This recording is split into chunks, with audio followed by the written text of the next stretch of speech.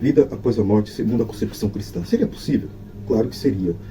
Se não é hoje em dia, infelizmente, por causa dos dogmas e regras dos sistemas. As pessoas definem claramente que após a morte a pessoa dorme, pronto, e acabou, está ali no túmulo junto com seu corpo. Como, por exemplo, dentro dos livros oficiais, tanto em Paulo como em 1 Reis, são bem claras. Paulo, porém, descendo, inclinou-se sobre ele, abraçando-o, disse: não vos perturbeis, que a sua alma nele está. Atos 20, 10. E o Senhor ouviu a voz de Elias, e a alma do menino tornou-se a entrar nele, e reviveu. 1 Reis 17, 22. Após a morte, o espírito sai do corpo. E aí? A alma fica no túmulo ou sai do corpo? Há uma passagem também nos evangelhos que mostra, em um lugar que muitas pessoas hoje definem como seio de Abraão, ou seja, seria uma outra dimensão, um lugar mais provido para os espíritos, afinado com uma espiritualidade divina, No suor do teu rosto comerás o teu pão, até que te tornes a terra, porque dela foste formado, porquanto és pó, e pó te tornarás. Gênesis 3,19. E o pó volte à terra, como era, e o espírito volte a Deus que o deu. Eclesiastes 12:7. No primeiro livro de Moisés, a Gênesis, é demonstrado claramente que o ser é pó e do pó voltará. Já em livros mais à frente, como exemplo do Eclesiastes, já diz que uma parte do homem volta ao pó, e o espírito que foi dado por Deus volta para Deus, sobre esse mesmo princípio, sair de Deus e depois voltar para Ele. O quarto livro de Esdras já não nos dá uma outra opção. Quando do Altíssimo saiu a sentença definitiva que alguém deve morrer, afastando seu espírito do corpo para ser reviado àquele que o deu, mas se fosse um daqueles que mostram desprezo e não guardam a via do Altíssimo, ou aqueles que rejeitam a sua lei, esses espíritos não entrarão naquele depósito, mas desde aquele momento vaguearão entre os tormentos sempre sofredores e tristes de 7 modos. 4 Esdras 7, 78. Você vê claramente nessa passagem do quarto livro de Esdras, que ele se fala um depósito, ou seja, algum local para onde que vai as almas boas, e as almas daquelas que não seguem os princípios divinos acabam vagando. Isso é o que o Espiritismo já vinha avisando há muito tempo.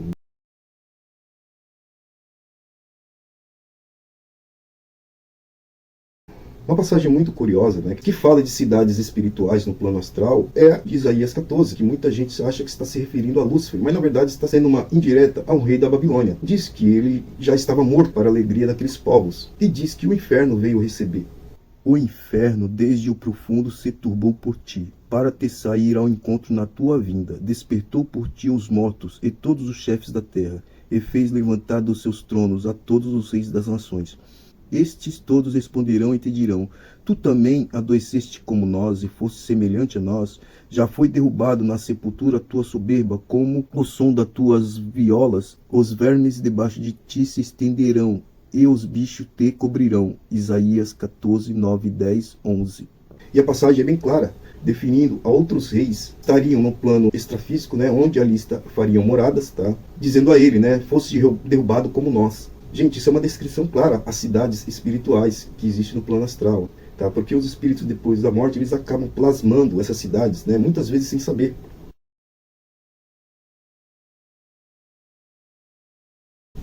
É imprescindível as pessoas evoluírem também mentalmente, Infelizmente as religiões limitam a consciência das pessoas, forçando-as no processo ao qual chamamos de crenças limitantes. No livro A Quinta Terra, esse aqui, basicamente ele mostra um hospital espiritual que muitos espíritos que mal desencarnaram chegam ali e eles estão dormindo. E vão ficar ali, muitas vezes, ficam ali de uma encarnação a outra. E aproveitam o mundo espiritual porque em vida eles acreditavam que depois da morte iriam ficar dormindo e assim sua consciência acaba materializando isso após a morte. Porque no mundo espiritual, sua consciência, seu pensamento é tudo. Então, fica aqui um alarde meu sobre a questão de evoluir nas crenças pessoais, na busca pelo conhecimento. Se você gostou do assunto, dê um like, para fortalecer a gente, compartilhe.